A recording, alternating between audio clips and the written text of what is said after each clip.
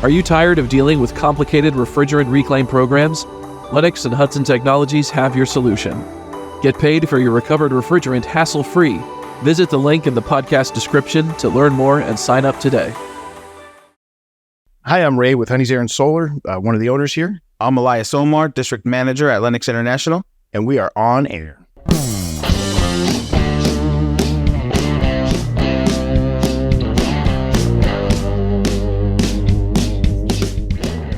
This is On Air, a Lennox Learning Solutions podcast hosted by Jones and Dave Chatmon.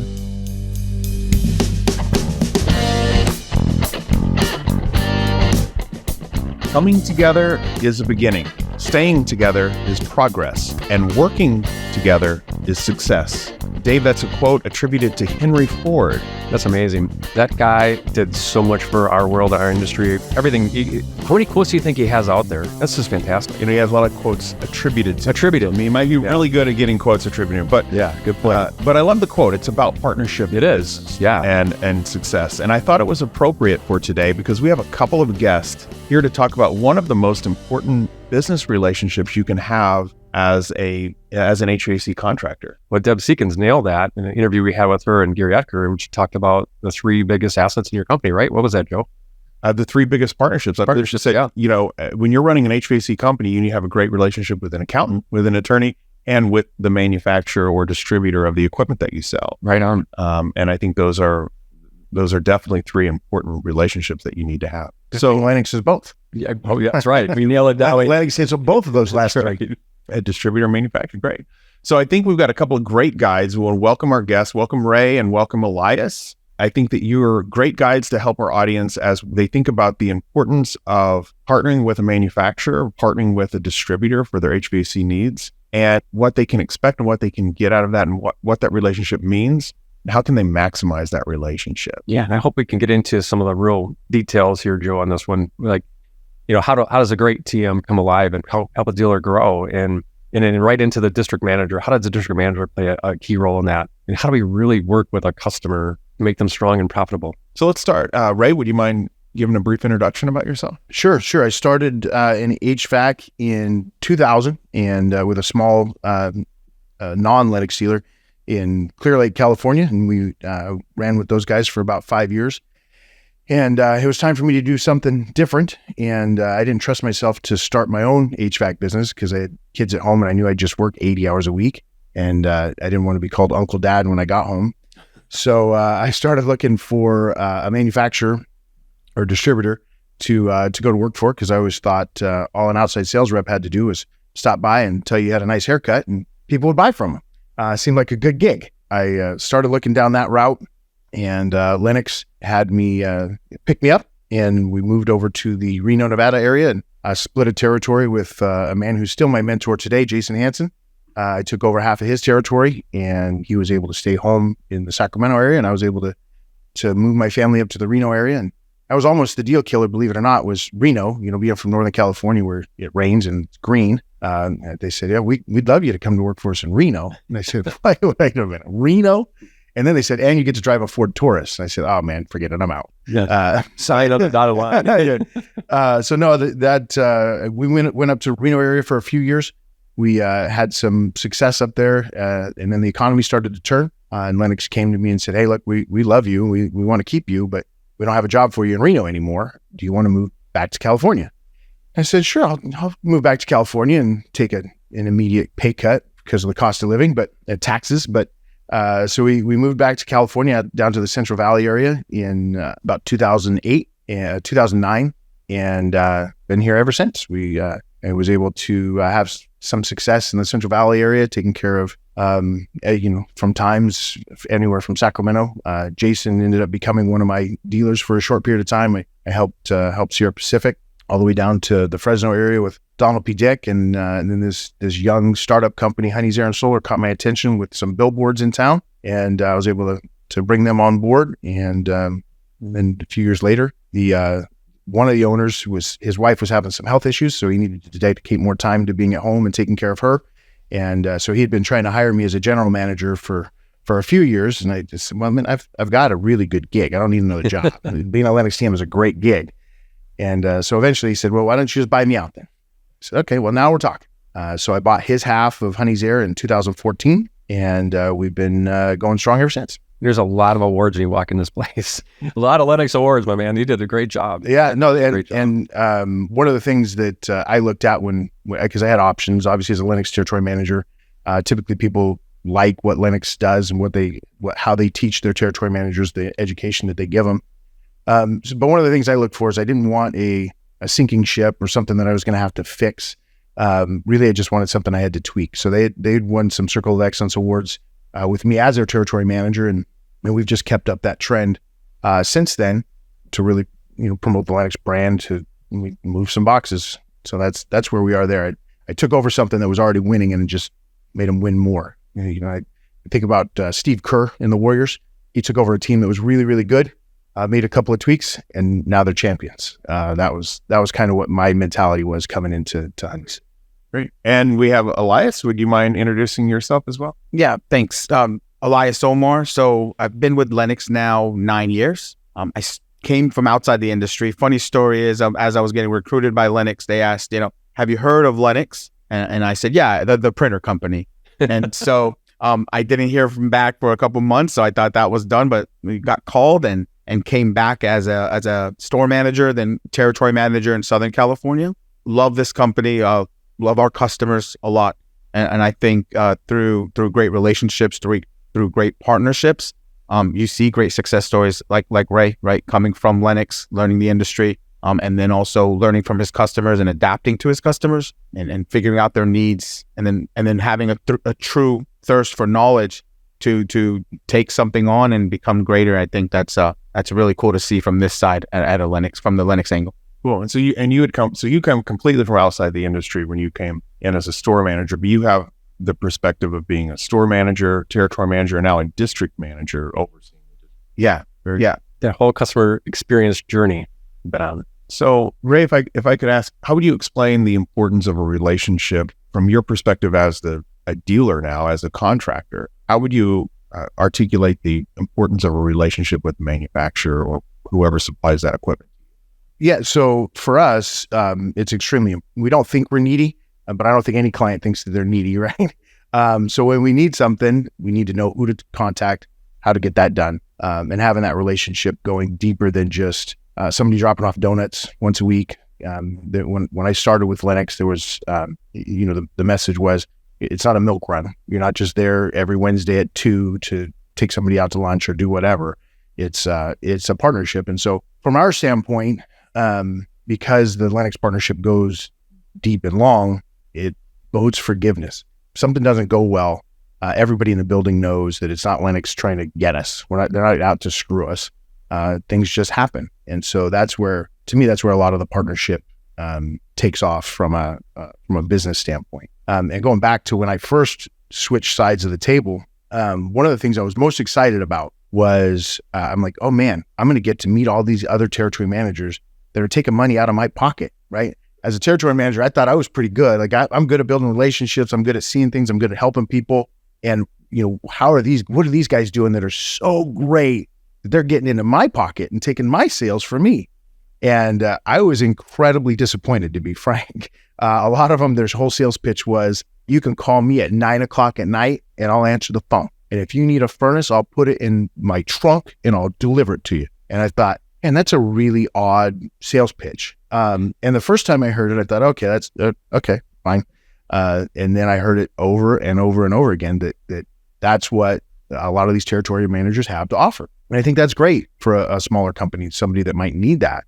But when businesses hit a certain size, all that stuff should have been handled. Why does somebody need to call you at 9:00 at night? That doesn't make any sense. That means you didn't do your job up front. That's my opinion of that. Managing your inventory, you mean? Yeah, managing inventory, or a lot of it is AHRI. From time to time in California, we'll have decent sized rebates based on SEER and EAR requirements. And oh yeah, you call me at 9:00 and I'll tell you if that meets the requirement. And it just doesn't make any sense. And we should know that up front. But I guess that really didn't answer a partnership question. Yeah, I think it's an area we should talk about, because I came from a distributor and I loved being there. It was a great company and 13 years there. And one of the things that we did to actually compete with Lennox was we leaned heavily on, as a distributor, we negotiate and we buy large quantities ahead of the seasons, and we have it stocked ready to go. And you don't have to be the stocking person. So we're going to deliver it to you every day, one item every day. It's very costly for a distributor, but that was our reason to not be a number one name brand, but to support that service. So that's, it doesn't surprise me. I hear people saying that across, all the way across North America here. But I can tell you that great dealers invest in our stocking programs. They use the tools that Lennox provides because it's profitability and makes you, gives you the advantage in the field, in the market. So it doesn't surprise me. When you see that and you realize that's what's happening, that's probably why you were seeing that. Well, and I think that the one thing that Lennox has to offer above and beyond anyone else from a partnership standpoint is the visibility from top down, right? Knowing Quan, knowing Brian Leonard, knowing Elias, knowing everybody in that chain, all the way to Lenisa, all the way down from top to bottom. If something changes, and frankly, Lennox territory managers have upward momentum, right? They're most of them don't plan on being a territory manager for 25 years in one market, whereas other distributors do. They have that goal. Right? Stay there. Yeah, they just stay, right? They get comfortable, they stay. There's not an upward trajectory for them.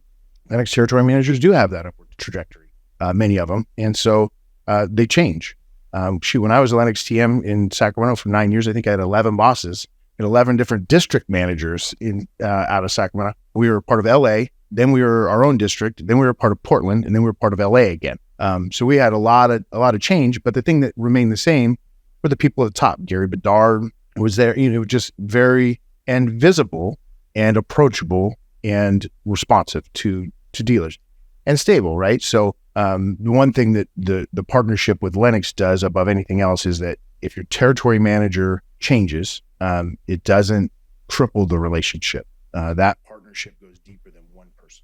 There's a learning curve in that change all the time, but they also bring different perspectives, which is kind of nice because a light bulb can go on somewhere in your business going, man, we've never done that. That's a great idea. Thank you for bringing that, Elias. I appreciate that. Well, that's another great point in that when I was a Lennox territory manager, and I don't remember who said it, but it might've been Mike Hart, challenger TM, right? I want you to be a challenger TM and go in there and bring ideas to people that they may not have had and or challenge them to try it again, something that's different.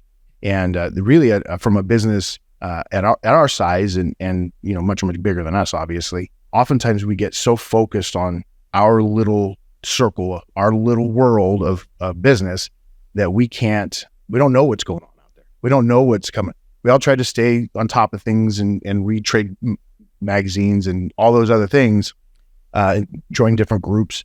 But if a Lennox territory manager, Lennox spends a lot of money researching and understanding the research that other people do to help us in our businesses, understanding what consumer buying trends are and all those other things that we don't have privy to, or we don't have the time or the resources to really dissect it enough to affect our business. Whereas a really good territory manager, district manager can, and it really probably starts with the district manager, chopping that up and giving it territory managers to bring down, can really bring tools and influence to a business that other distributors just don't have.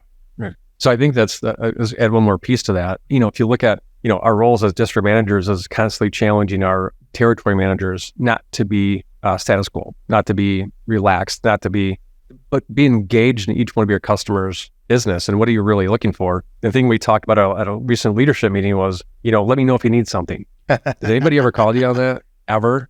No. And we talked about this at a leadership meeting a couple weeks ago in our district. And we started dissecting that, saying, that's basically say, don't call me. So instead saying, hey, listen, I really want to work with you here in these different areas. Think about it. Let's set a couple set points for me to come call you back up and ask you some more questions or meet a couple more times. But those set points will help us stay engaged together. And I think it's important. So Ray, when you're looking at your TMs or even your district managers, what are the good TMs doing that will help you with your business? What are you kind of really looking for from our field? Yeah, no, I think that's a great point. And slightly different than what you had just said is that I had people tell me, let me know what I can do for you. Anything I can do for you, just let me know. Basically the same thing, call me if you need me. And I'm pretty blunt sometimes. And I'll ask, how am I supposed to know what you can do for me? You tell me what you could do for me. I don't know what tools you have in your bag. I don't know do you have $500,000? That would be great. That's what you could do for me. Those are the kinds of things that just, I don't know what resources you have. So how do I know what to ask? Right. So maybe a good question for Elias, for the audience who maybe they're not maximizing their relationship with Lennox that they could. What could a Lennox dealer expect from their TM? What could a Lennox relationship provide for them? Yeah, what I would say first is on Ray's side, a dealership in general, when he mentioned they're not needy. What I expect from my territory managers and our team in our field, what our customers should expect is that we are going to find out those needs. And what I want them to do is find out those needs through conversation, but not just with Ray, but the person that's handling warranty, the person that's handling the sales team, the person that's ordering, that's purchasing, because that's where the real value to Ray becomes, right? Ray has a lot to focus on. He's like, as he mentioned before, he's trying to build this brand to be even better than it is today. And it's great today. So he needs to invest his time on the big rocks, right? So as a Lennox territory manager, what I would teach my team and what I try to preach to my team is, find out other people in the organization that can use the help of Lennox, and that will ease Ray, right? That's a fantastic point, Elias. Go ahead, finish. Yeah, I was just gonna say, you said something needy. Like, our dealers are not needy; they're very respectable, the relationship. But I think as Lennox territory managers, as a Lennox in total, we can't take that for granted, because at any point somebody can come in and. It's almost like peeling back an onion. It's like you ask a question, it's like peeling one layer of the onion back. You need to get an answer, but is it really the real answer? And you got to keep digging in there and asking more questions and getting further into it to get what really we could be doing to help. What tools do we have that you don't know about that we could help you grow that business? Yeah, and a point you made earlier, Ray, it's about what can you bring to me? So it used to be in sales, when I started in sales, you were taught, go find out what's keeping them up at night. And then whatever that is, try to find a solution or try to take your solution and hammer it into that peg, into that hole. But the question, like when you talk about challenger, the question you should be asking is, what should be keeping you up at night? So a lot of us are blissfully ignorant. Like, I don't know. Oh, there's a tornado coming. I didn't see that. Yeah, thanks for letting me know. And sometimes literally. Yeah. It's like what, and I think the one thing that every territory manager has a benefit of, whether they come from outside the industry, or whether they're brand new to Lennox, the one thing they have is, I like how you said that you're in your own world. You try to network, you whatever, but you're so focused on your business because that's very important to you. The one thing every territory manager has is perspective.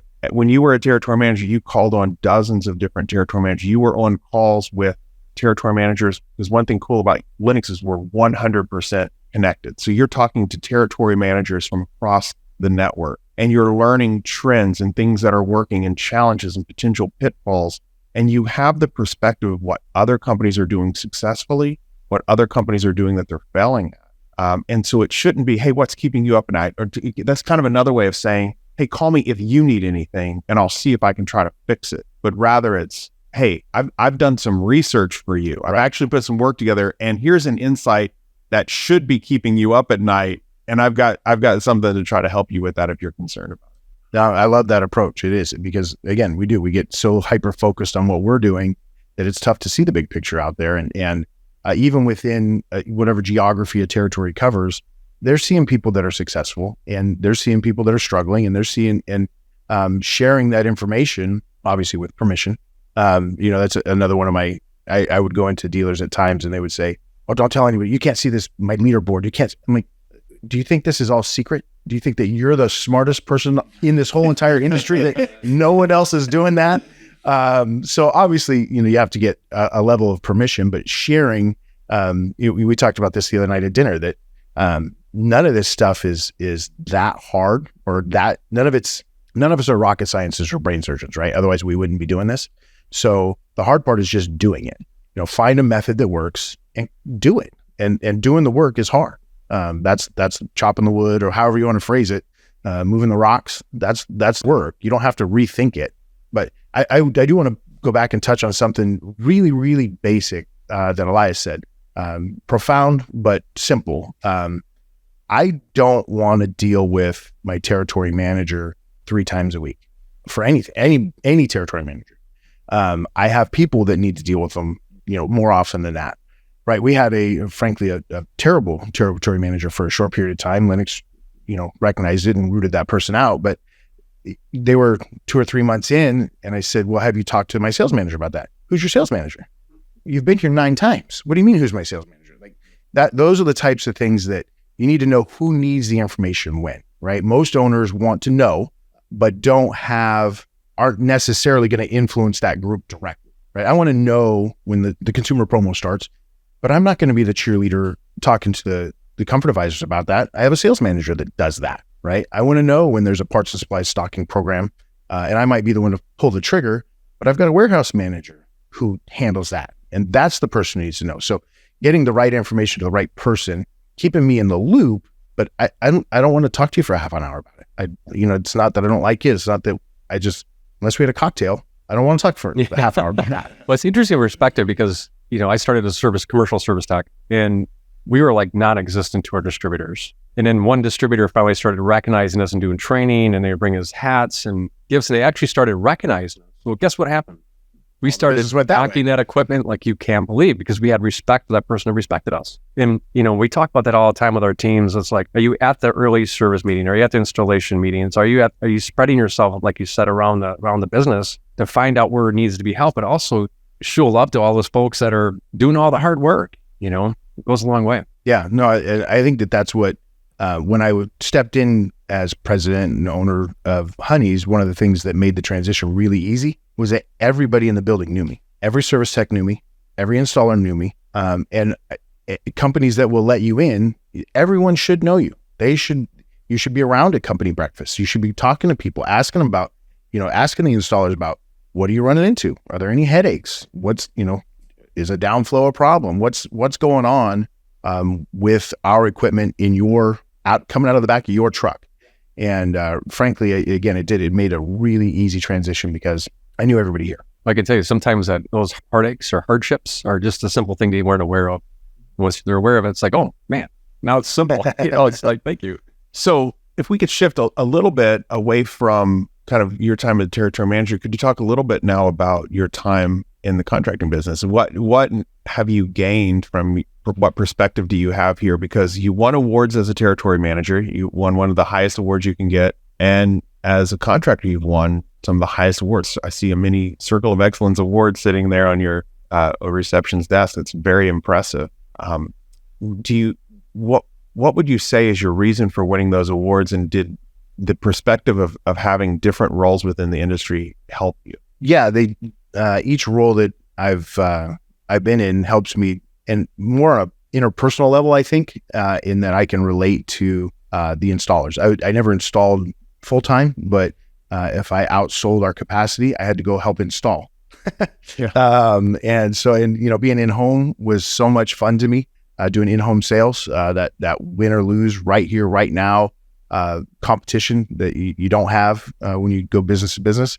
That's fun. It's engaging. It's so interacting with the comfort advisors is fun for me. The service technicians, I like working on stuff. I work in an office all day now, so I have to go home and work on old cars and old motorcycles just to feel good about myself. So all of those things. And then really one of the first things I did when I took over, I guess it ties back into my days as territory manager, was we were offering as our best system, we were offering at that time a 14-SEER condenser with a 96% furnace. So 14-SEER, 96%, 2-stage variable was the best package, right? And the first thing I did was say, well, that's not the best equipment. So at that time, an XC21 was the best equipment. And so I said, okay, now our best package is an XC21 and the 296 G61B, I think it was at the time. Immediately, the initial pushback from the sales team was, oh my God, you don't understand. This is Modesto. That might work in Dallas, right? But it'll never work in Modesto. That might work in Sacramento or the Bay Area, but that'll never work in Modesto. And I said, look, if they don't know it exists, they can't buy it. So we just switched our whole price book almost overnight. And after I picked all the comfort advisors up off the floor and gave them some CPR, they went out there and presented it. And lo and behold, within 3 months, our average ticket went from like $8,500 to $10,500. Immediately, an immediate difference. Doing the same amount of work. same amount of work, just better equipment, and people are happier with it. So one of the things I learned is that listening to people who you respect and you trust, and then again, doing the work, chopping the wood, having to go and get it done is a hard part, right? Knowing it and feeling it and believing it are two different things.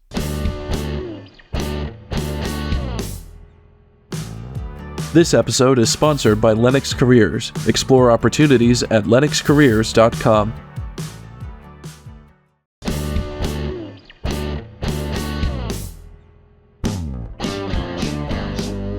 So you said something I've heard a lot, so I was a territory manager in Florida, and I covered part of Alabama, part of Georgia, and I heard the same thing, that around here it doesn't work. And so you brought that perspective. What I'm hearing is you brought that perspective of you saw it work with different companies in areas where people wouldn't think.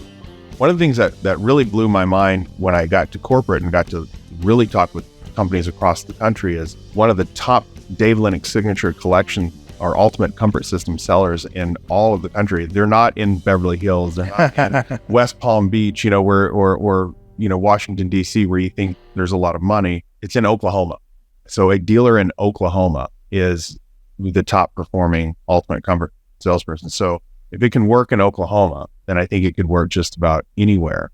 And so thanks for sharing that, because that perspective allowed you to think about it. It's kind of about that mindset. But it's kind of that same mindset that the sales comfort advisor is Mike Ellen, right? And he says in a live podcast, he says, I told a trainer I was going to go home and implement higher end product and then heat pumps. And I went back and said, nope.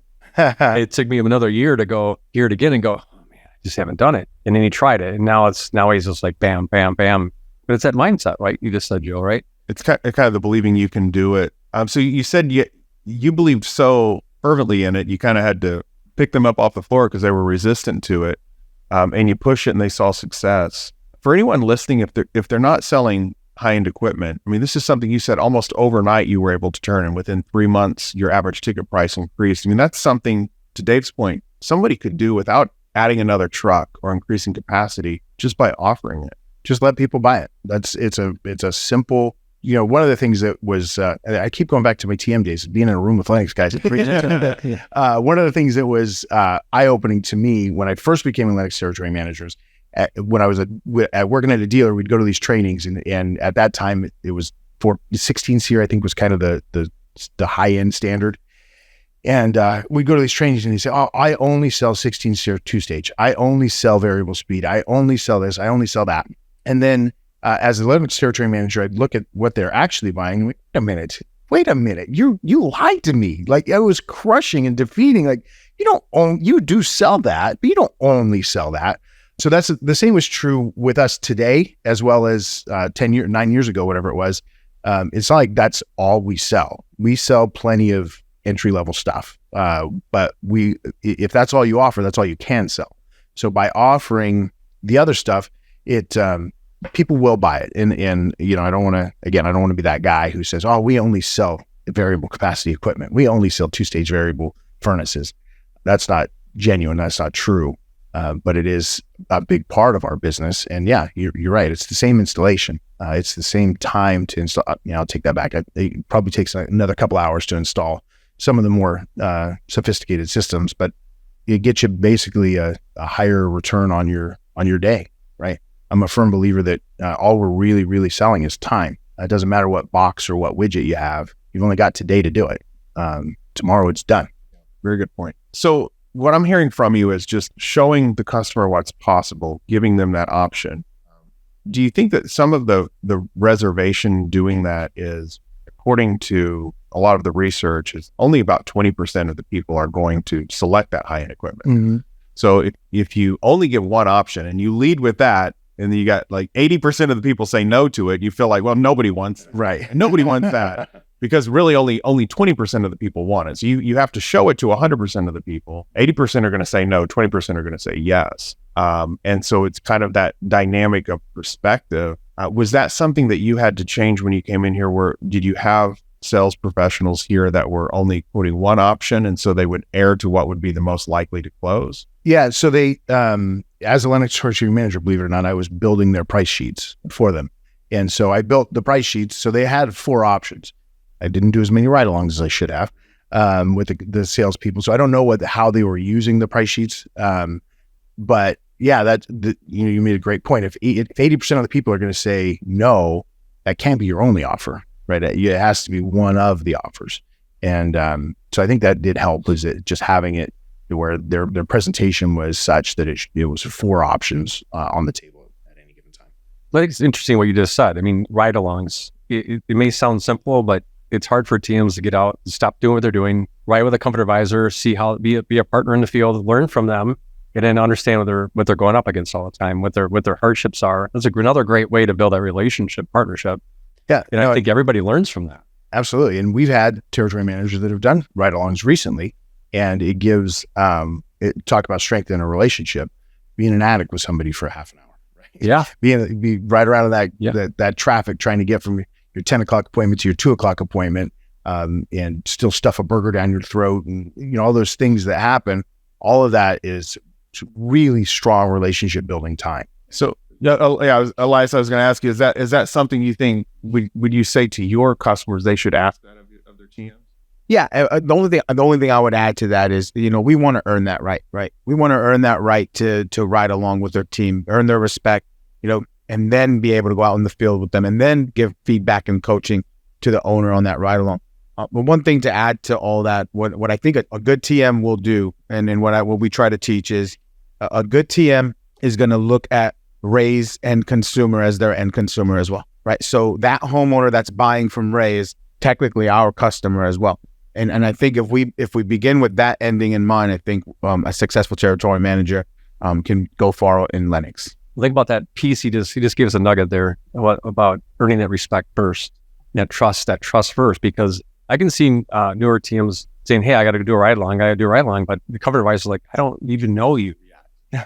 We got to earn that trust first. Such a great point in life. But the interesting about ride-alongs are, on one hand, you could have an individual that comes that can help assist. I think about a time I bought a computer at Best Buy, and I was in the Best Buy store. There were folks wearing Best Buy shirts that were helping me. And then there was also an individual wearing an HP shirt. And that individual was showing me all the features and benefits and was the expert of the HP computer. And so that dynamic helped. And guess which one I ended up buying, Right. But I also ended up spending more than I intended to, because we had that expert there, and I felt so well informed. So there is that dynamic, but then there's the other dynamic of a ride along, and we had our CEO, Alok Mascara, on the podcast, and he did a ride along, not to necessarily help sell the project, but to be there just to learn more about the business and the operation and what they're up against. And if you have a partner in this business that understands how difficult it is, how time consuming it is for a comfort advisor to go through, I think he or she is going to have more understanding, and then be able to generate more insights and kind of represent you more when they go and advocate to Elias or their district manager to say, "Hey, here's the needs." Well, I think a great point is, especially if you've never done in-home sales, Lennox will just puke information at you as a territory manager.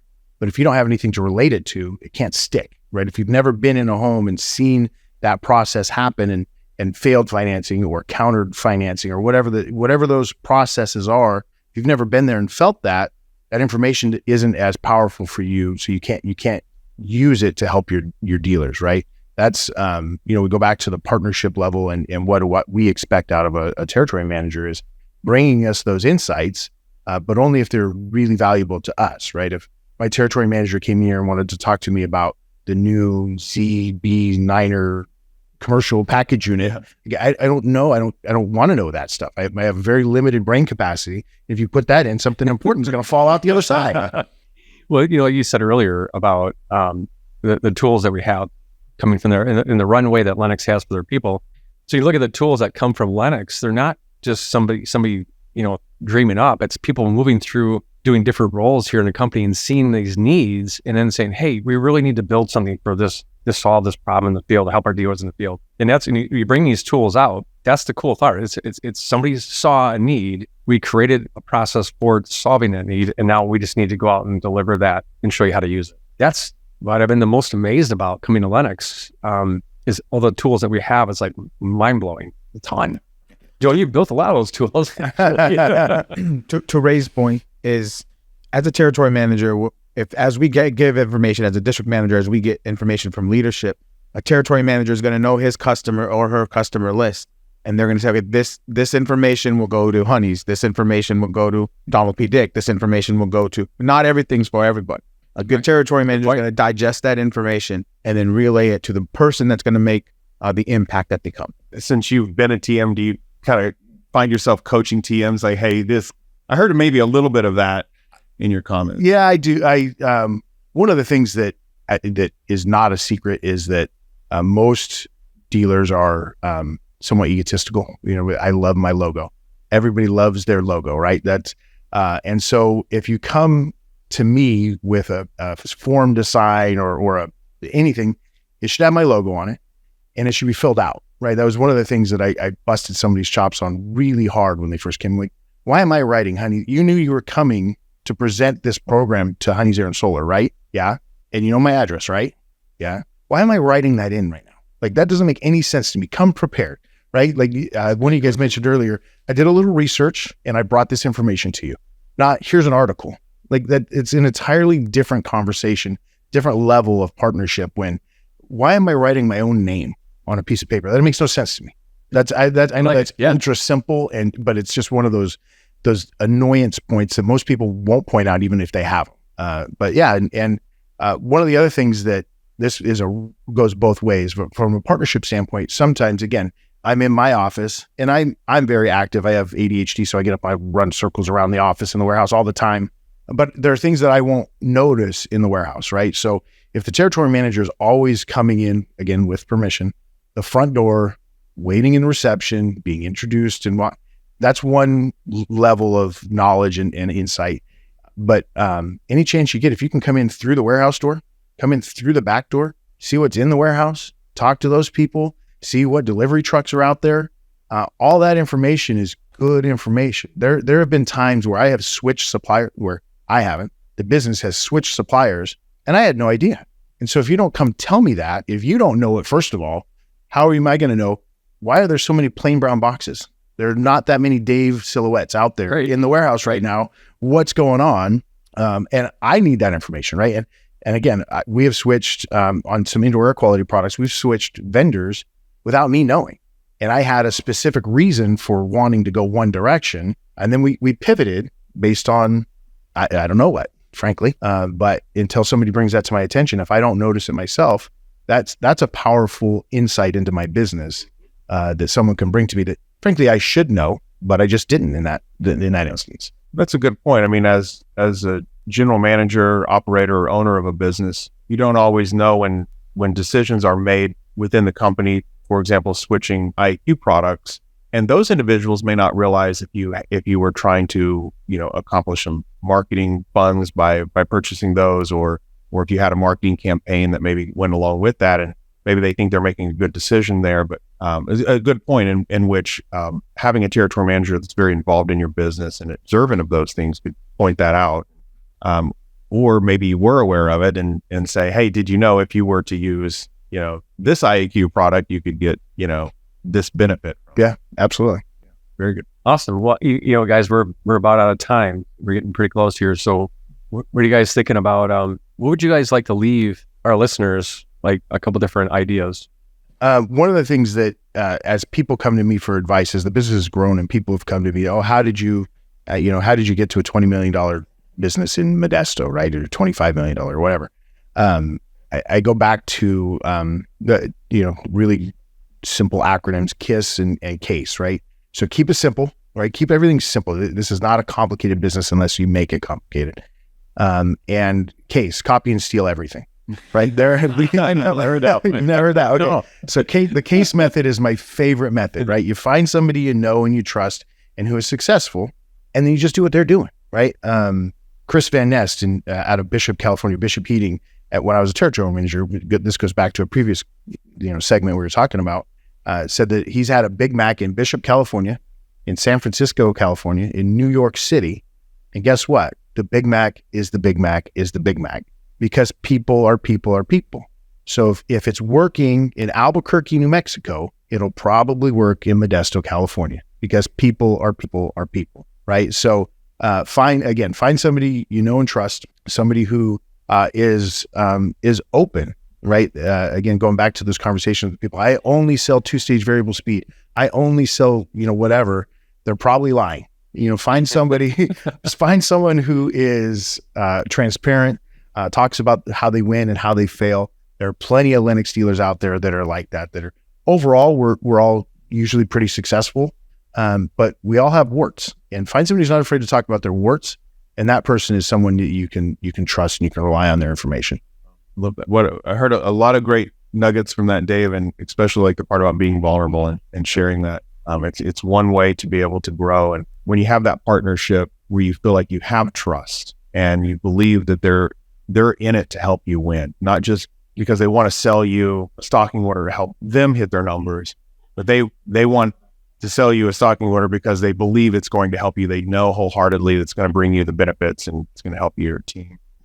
Yeah, we talked about that a little bit earlier about that other podcast that said Lennox TMs aren't your friend. They're out to just get you and get everything they can out of you. I doubt that that's true on any level. But the difference between, I think that everyone wants to see you succeed, right? Like no one wants to sell you something that's going to hurt your business, because then they don't get to sell you something again tomorrow, the next day or the next day. But there's a difference between wanting to see you succeed and helping you to succeed and having the tools to help you succeed, right? That's the difference in recognizing what those tools are. And I think that it's great clarity. Yeah, bringing that information and doing the work. Again, it's all about doing the work, because passing out an article to a sales team is one thing, but reading it, understanding it, relating it to what they do every day is an entirely different level of help. That's help. The article itself is helpful, and it could help you to succeed, or it's something they want to see you succeed. So you should read this article.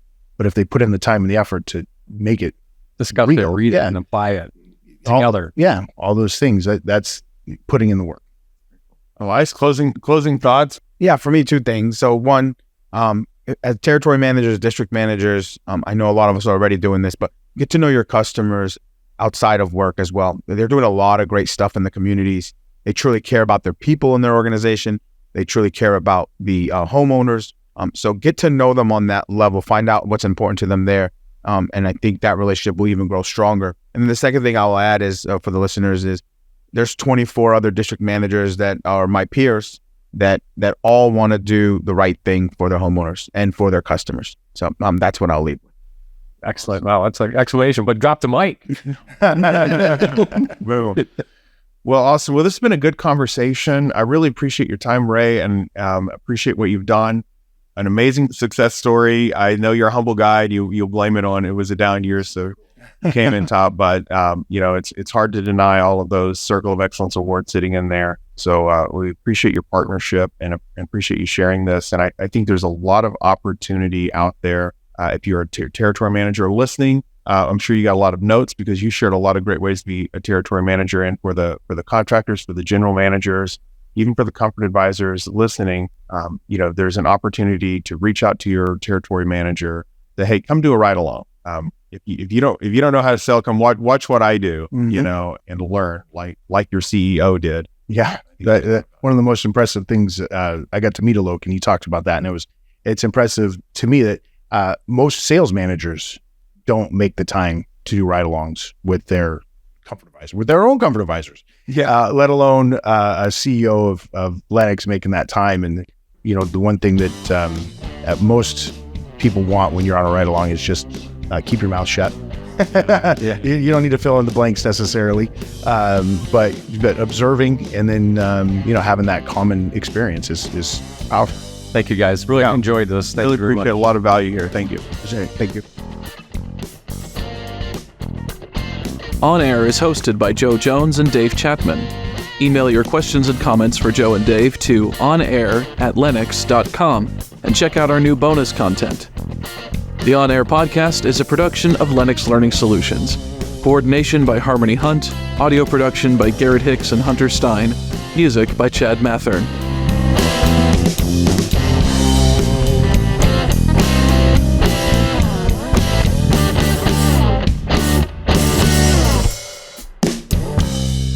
By accessing this podcast, you acknowledge that the entire contents of this podcast are the property of Lennox International Incorporated or one of its affiliates, collectively Lennox, and are protected under U.S. and international copyright and trademark laws. Except as otherwise provided herein, your use of this podcast and the information contained in the podcast are for personal or other educational purposes only. No other use, including without limitation, reproduction, retransmission, or editing of this podcast may be made without the prior written consent of Lennox. All information made available on this podcast is for general informational purposes only, and any reliance on such information is done at your own risk. This podcast should not be considered professional advice. By accessing this podcast, you acknowledge that Lennox makes no warranty, guarantee, or representation as to the accuracy or sufficiency of the information featured in this podcast. The views expressed by guests are their own, and their appearance on this podcast does not imply an endorsement of them or any entity they represent. Views and opinions expressed by Lennox employees are those of the employees and do not necessarily reflect the view of Lennox. Lennox expressly disclaims any and all liability or responsibility for any direct, indirect, incidental, special, consequential, or other damages arising out of any individual's use or inability to use this podcast or the information presented in this podcast.